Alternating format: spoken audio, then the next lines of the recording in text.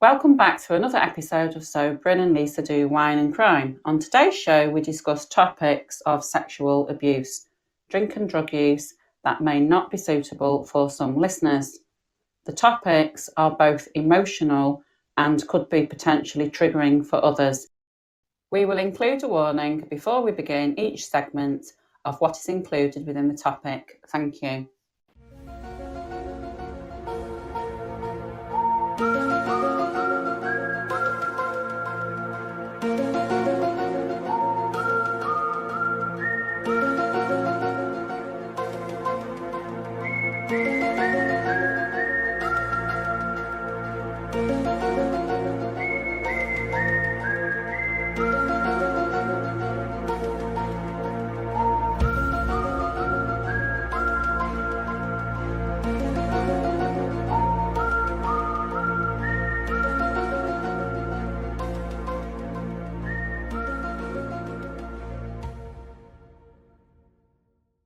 In this episode, we have an all-new two-part investigation into the death of Whitney Houston. Besides our main topic, our So Conspiracy of the Week focuses on the death of Heather O'Rourke and the blind item that kick-started the Red Shoe scandal. And our final segment, So Missing, will be briefly looking at the case which involves 5 missing children, which we do need your help to solve. Make sure you have a notepad and pen ready for the end of the show, So Squad, because we will be giving you the relevant information on how to submit a tip if you have any information concerning our So Missing case. Just a friendly reminder before we crack on with the show, So Bryn and Lisa Do Wine and Crime is a weekly podcast that airs on Wednesdays on Podbean at 10 p.m. GMT, 6 p.m. EDT and 3 p.m. PDT. We also are now available to listen to on Spotify and YouTube, so make sure you head over to there and give us a big fat follow. Links to our Spotify and YouTube channel can be found on our official Twitter at So Bryn and Lisa and Instagram at So Bryn and Lisa. I want to give a very, very quick shout out to at Hung Hairy Killer, at Cookies and Milk, and at Ann_Heathens for your support and following on Twitter. And a huge belated birthday hug to at Mac Grant. My agent is awaiting my official cookie re-delivery. This topic, which will be known going forward as the Red Shoe conspiracy or scandal, is a topic that's been blowing up Twitter and many more social media platforms for several months. In fact, one of Miami Fox Publishing's authors, who's penned The Complete History of the Ghoulies and Texas Chainsaw Massacre, WhatsApped me a YouTube video during lockdown which elaborated on the whole Red Shoe scandal. Our regular So Squad will know that before we get into the conspiracy theory, we like to give you a brief So 101. This brings you, the listeners, up to date with the science of the scandal. I'll hand it back over to Bryn. For So Squad listeners unfamiliar with Heather O'Rourke, Heather was a child star born on December 27, 1975 in San Diego to Kathleen and Michael O'Rourke. Heather was discovered by director Steven Spielberg while visiting MGM Studios. Spielberg was drawn to the child immediately and promptly cast her in Tobe Hooper's Poltergeist as Carol Ann Freeling. Upon the film's release, O'Rourke was an immediate hit with audiences and quickly climbed up the Hollywood ranks. She starred in several TV and feature films in quick succession, including Maserati and The Brian and Fantasy Island, and she became a regular on Happy Days before reprising her role as Carol Ann in the second instalment, Poltergeist 2, The Other Side. Before Poltergeist 2 The Other Side went into production, tabloids were already billing the film as cursed. The scriptwriters also went through several rewrites to remove Dana, the eldest daughter from the first film, portrayed by Dominic Dunne. Dunne sadly lost her life on October 30th, 1982, a few weeks after she broke up with her then boyfriend, John Thomas Sweeney.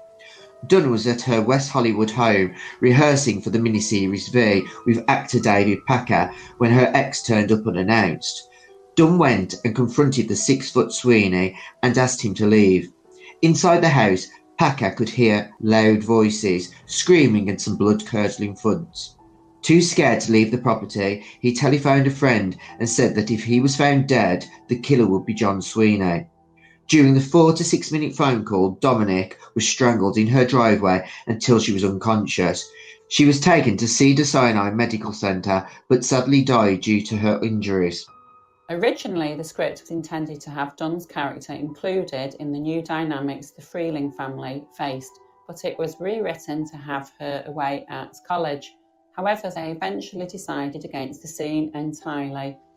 Filming was also difficult, and several scenes that appeared in promotional posters were cut from the finished film due to issues with the final cut. Quickly, the P2 became shrouded in superstition, and the whispers in Hollywood became louder following a handful of mysterious cast deaths. Julian Beck, who played Kane, died before he got to see the film's release, and Will Sampson, who portrayed Taylor, died on June 3rd, 1987, aged 53, after an illness caused by a chronic degenerative condition. Then came the death of the trilogy star, the blue-eyed Angelique O'Rourke, who was known for the tagline "They're Here." The death of 12-year-old O'Rourke was distinctively unusual, and she lacked prior symptoms of the bell defect that reportedly killed her, doctors would later say. During the filming of Poltergeist 3, the actress was taken to the community hospital in El Cajon after collapsing at her home. En route, she suffered a cardiac arrest, but paramedics were able to restart her heart at 9:25 a.m. From the community hospital, she was subsequently flown to the Children's Hospital of San Diego, where it was discovered she had intestinal stenosis and went into emergency surgery. She survived the surgery but suffered another cardiac arrest whilst being transferred to the recovery room. Doctors performed CPR for over 30 minutes, but at 2:43 p.m. O'Rourke was tragically pronounced dead. Her cause of death was ruled as congenital stenosis of the intestine complicated by septic shock. The young actress, who was tragically pronounced dead on February 1st, 1988, was a major player in the third film, and the production was thrown into production hell when the director Gary Sherman refused to complete the film due to the star's death. The studio was furious and applied pressure to complete the movie, which eventually led to the entire ending being reshot in March 1988, using a stand-in for O'Rourke, the 7-year-old child actress Eva Holty. Poltergeist 3 was released on June 10, 1988, with a watered-down marketing campaign out of fear of appearing to be exploiting their star's death. Tom Skerritt and Nancy Allen were also discouraged from giving interviews about the film to avoid questions about O'Rourke's death, which inevitably killed the film's box office takings. Poltergeist 3 opened at number 5 and fell out of the top 10 in its second weekend. So where does the poltergeist curse come from? I hear you cry. And why? Why it's important when discussing the Red Shoe conspiracy? Well, in the grand scheme of things, it's not that important. However, it is another conspiracy formed from hearsay, with nobody rectifying the he said, she said situation.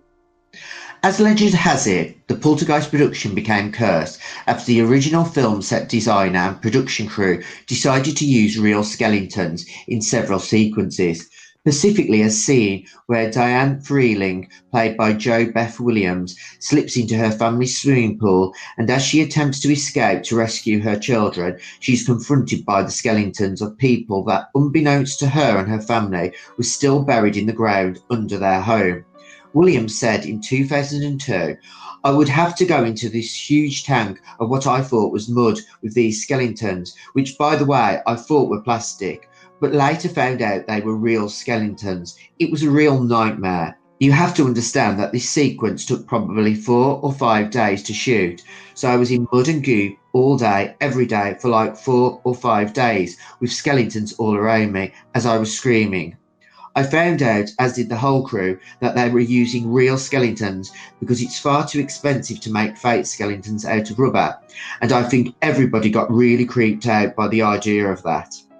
So Bryn and Lisa's producer contacted MGM for a comment, and a spokesperson for Metro-Goldwyn-Mayer did drop us an email basically stating that they could not confirm the claim or deny it at press.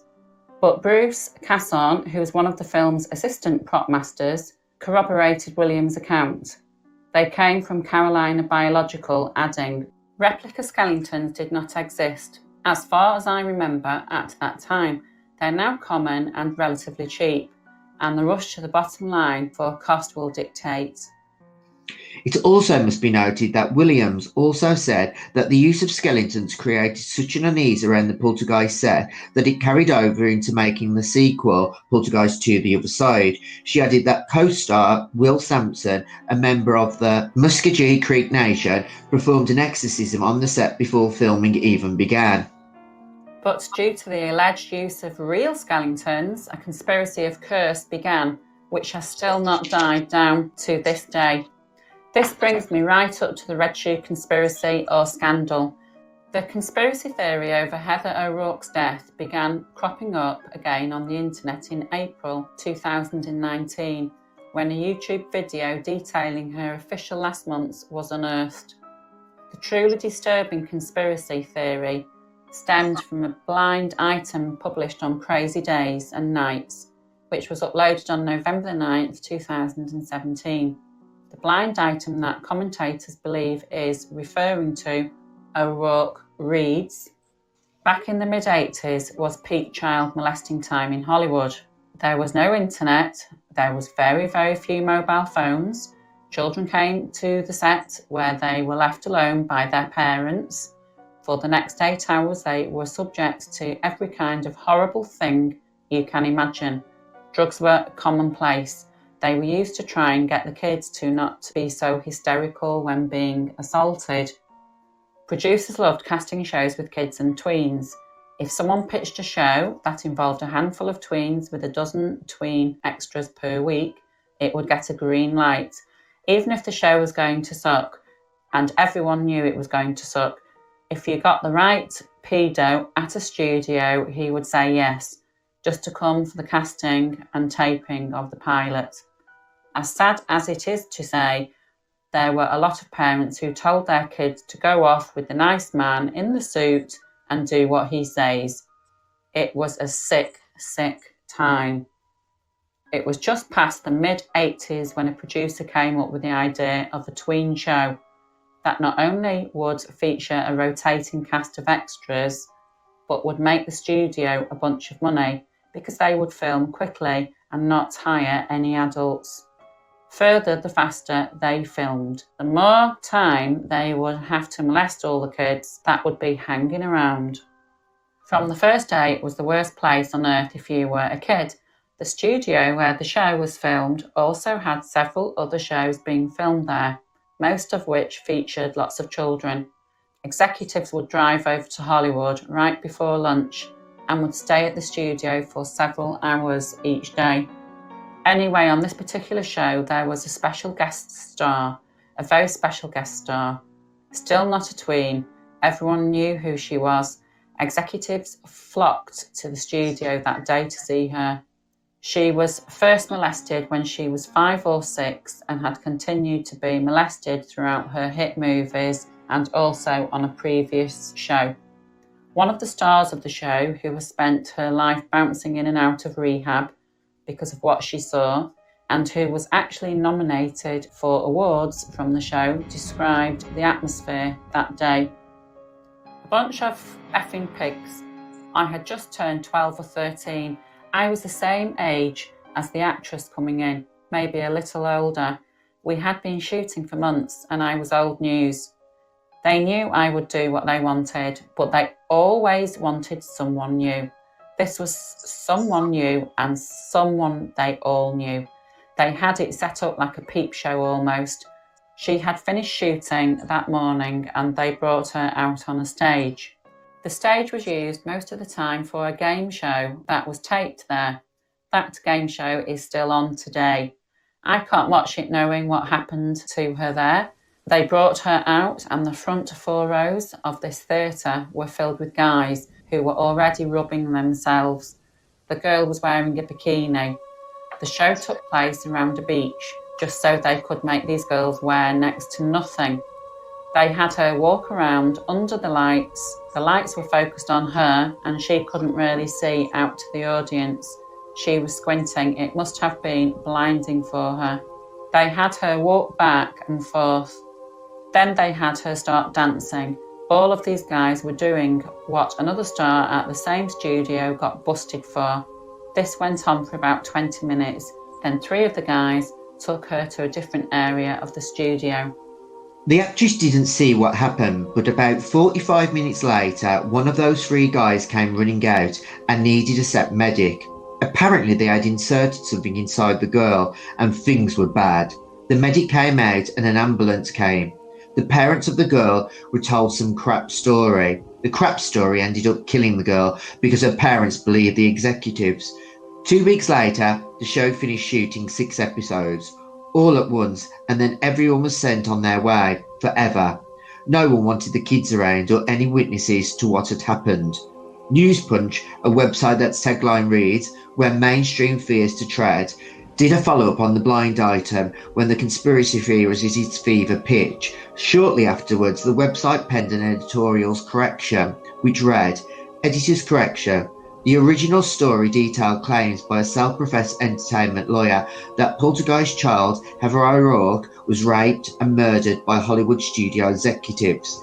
Upon the review of the evidence available, there is no proof that the person making the claims is an entertainment lawyer.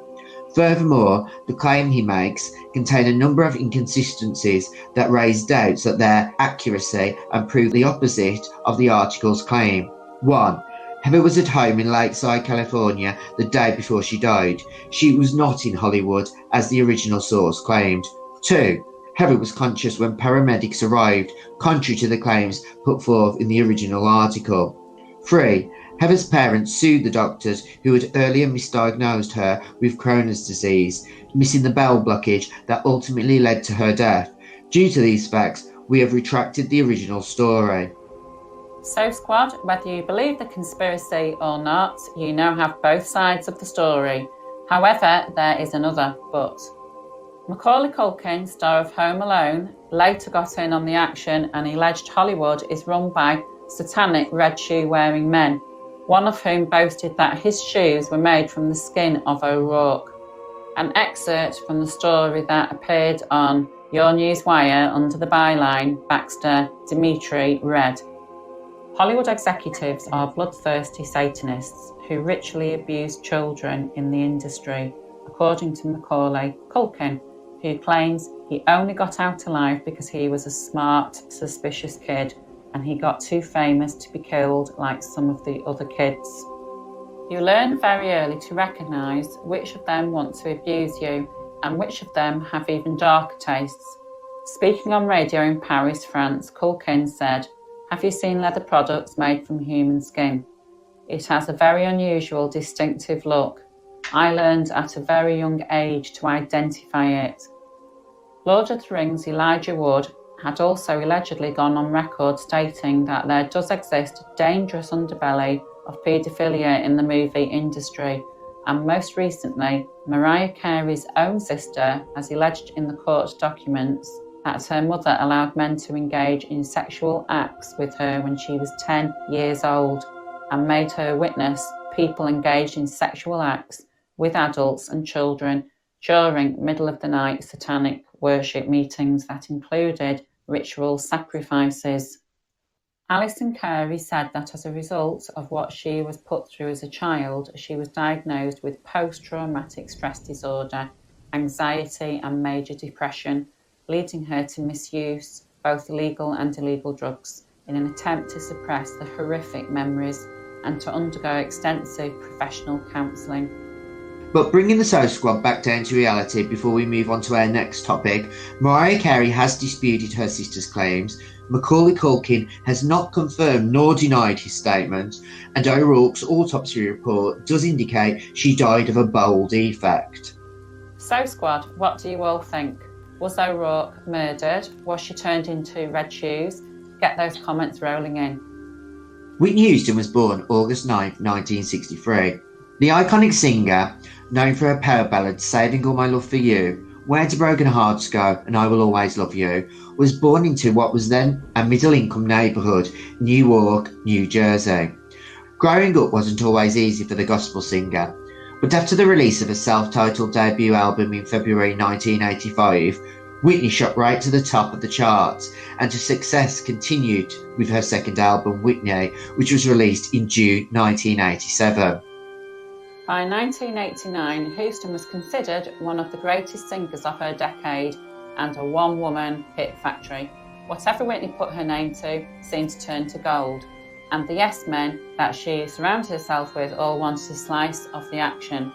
It was during this period of being surrounded by sharks that the singer met Bobby Brown at the Soul Train Music Awards, and some critics have called the union the beginning of the end. After a 3-year courtship, the two married on July the 18th, 1992, and it was then that Houston's pure and simple white-as-white image began to slip as fast as her pop crown slid off. Her then husband Brown had several run-ins with the law enforcement for drink driving, drug possession, battery, and had even spent time in the slammer, while rumours of Houston's out-of-control ego turned the couple into tabloid fodder. Bobby Brown was already tabloid gold due to his bad boy image, which he had before meeting Whitney. But after his marriage, he became even more notorious for instances that included beating up a man at Walt Disney World and overdosing on heroin. But throughout it all, he always insisted his wife made him look innocent. She is the crazy one, Brown once said to Waiting Paps. Though the couple faced fresh scandals on a daily basis, Whitney managed to continue to hold down her bookings and even completed a film during this time of uncertainty. The Bodyguard starred Kevin Costner and was directed by Mick Jackson. The film was released theatrically on November the 25th, 1992 by Warner Brothers Pictures and became the second highest grossing film of 1992. Houston again found herself back on top. The film's soundtrack also became the best-selling soundtrack album of all time, selling more than 45 million copies worldwide, and it went on to win the Grammy Award for Album of the Year, whereas the singles I Have Nothing and Run to You received nominations for the Academy Award for the Best Original Song. On March 4, 1993, Houston gave birth to her daughter, Bobby Christina Brown, her and her then husband's only child. After the runaway success of The Bodyguard, she had a career surge. Houston's next career misstep was the one that opened the world up to the star's addiction to drink, drugs, and her lack of domestic bliss. Being Bobby Brown debuted on Bravo on June 30, 2005. The series that aired on Thursdays followed the life of the singer, Bobby Brown, Whitney Houston, and their family. The programme showcased the family's home time, along with a vacation to the Bahamas, which made ETV's Andy Nicole show look like the Waltons. With nothing but negative press surrounding the show, Houston refused to take part in a second season, which left Brown without the bargaining tool. Without Whitney, there was no show, and eventually Bravo removed their offer from the table. 1 year after the controversial show aired, Houston separated from Bobby Brown and filed for divorce. The divorce was finalised on April 24, 2007, and Houston was granted custody of Bobby Christina. Houston then took some time out, returning to the small screen in 2009 on Oprah Winfrey's season premiere. The interview was billed as the most anticipated music interview of the decade. Whitney admitted on the show to having used drugs with former husband Bobby Brown. She even alleged Brown had laced marijuana with rock cocaine. When Winfrey asked Houston if she was now drug-free, Houston responded, "Yes, ma'am. I mean, don't think I don't have desires for it." With the groundwork laid down by Houston's in-house PR team, which many sources have since called a factory of hangers-on, Houston released her album I Look to You in August 2009, which became her best opening week of sales ever and marked Houston's first #1 album since The Bodyguard. The album's first two singles were called I Look to You and $1 Million Bill, Everything appeared to be rosy once more until she appeared as a guest mentor on The X Factor and performed her second single live. This performance was Houston at her worst. Firstly, Houston's dress popped open 2 seconds in and her strap broke at the back. She then failed to reach the song's high notes and spoke through almost all of the lower register lyrics. She later failed to even remember when the album was out. When asked by the show's host, Dermot O'Leary, Houston later commented that she sang herself out of her clothes. The badly received performance wasn't the rising from the Phoenix Houston's team had hoped for, and she was butchered by the critics that had built her up for weeks. One journalist described her return to the stage as weird, ungracious, and saving the worst for you, X Factor, upon referencing her hit single Saving All My Love For You, released on February the 14th, 1985 by Arista Records. The joke was lost on most X Factor viewers, who had only been introduced to the hitmaker during the millennium, where the singer spoke to Diane Sawyer to promote her then up-and-coming album, Just Whitney, in which she spoke about her drug use and her marriage, among other topics. Crack is whack, she whispered to the show's host. She continued, "First of all, let's get one thing straight. Crack is cheap. I make too much money to ever smoke crack. Let's get that straight, okay? We don't do crack. We don't do that. Crack is whack."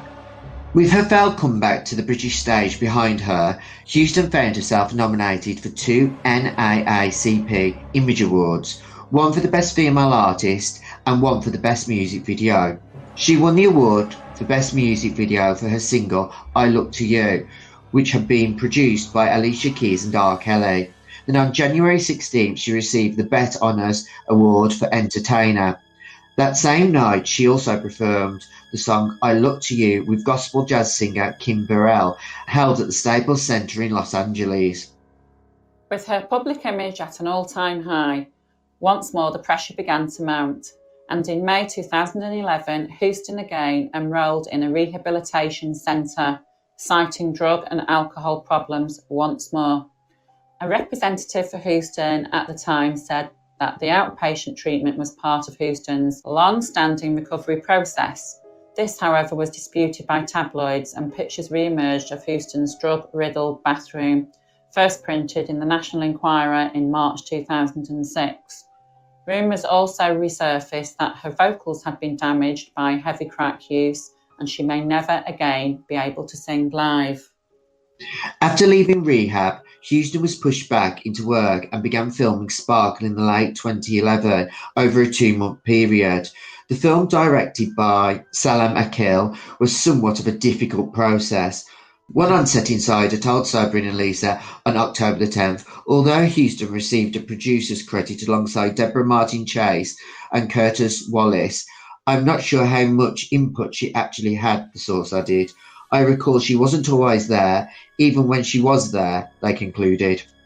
Sparkle wrapped in early November 2011, with a release date scheduled for August 17, 2012, and after the official trailer for Sparkle was released on April 2nd, 2012, and premiered on Today, buzz for the film began to build. Is this the comeback Whitney Houston needs? Read headlines. Sadly, it wasn't to be. During the lead up to the release of her new film, Houston began doing her best to quit smoking. She was also intent on looking her best and allegedly decided to have a facelift, but the plastic surgeon immediately refused to do it after she failed the routine physical, which indicates the condition of the patient's heart, liver and lungs. During her final week in Los Angeles, Houston, who was now dating Kim Kardashian's leftover Ray J, went out on the town, 2 nights flat. It was alleged the star was intoxicated, smoking heavily, and her vocals again were called into question. 2 nights before her death, after singing Jesus Loves Me with Grammy nominee Kelly Price, reports were leaked to the press of a confrontation X Factor's Stacey Francis had with Whitney. It was alleged Whitney accused Francis of trailing Ray J around the club. One eyewitness claimed to have heard Whitney yell, "This is my man. I'm a cougar, bitch. Get away from my man." Francis later said that during the evening there was a misunderstanding but she had tried to defuse the situation, which she described as sad. But what was sad was the alleged member of Whitney's inner circle who had informed Paps that Whitney was ready to leave the club, and as she left, a million paparazzi light bulbs went off. What they captured was a sight that haunted fans across the globe. The photographs captured Whitney with scratches on her arm and blood trickling down her legs as a crowd of people screamed her name and tried to get her attention. Smiling and waving her arms, she signed a few photographs before she was driven away. Houston had become a tabloid target once more. Our final segment, So Missing, is on the disappearance of 5 children last seen on August the 21st, 2020. Rashid Ali Jr. 7, November Robinson 10, Dania Champagne 12, Dinesha Champagne 13, and Danacia Champagne 15 are all missing, according to the National Centre for Missing and Exploited Children. The site does not provide additional details about circumstances surrounding their disappearance. However, the organisation site states they were last seen on August the 21st. North Charleston police say the 5 children are all siblings. Ali is 4 foot 8 inches tall, weighs 100 pounds, has black hair and brown eyes. Robinson is 4 feet 11 inches tall, weighs 130 pounds, has sandy brown hair and brown eyes. Dania Champagne is 5 feet 6 inches tall, weighs 125 pounds, has sandy brown hair and brown eyes. Dinesha Champagne is 5 feet 1 inch tall, weighs 110 pounds, has sandy brown hair and brown eyes. Danacia Champagne is 5 feet 6 inches tall, weighs 125 pounds, has sandy brown hair and brown eyes. North Charleston Police is listed as the investigation agency. If you have any information on their whereabouts, please call North Charleston Police Department on 001 843 740 2800. That number again is 001 843 740 2800. Thank you for tuning in to Sober and Elisa Do Wine and Cry. That's it for this episode. Don't have nightmares. Until next time, sweet dreams and God bless.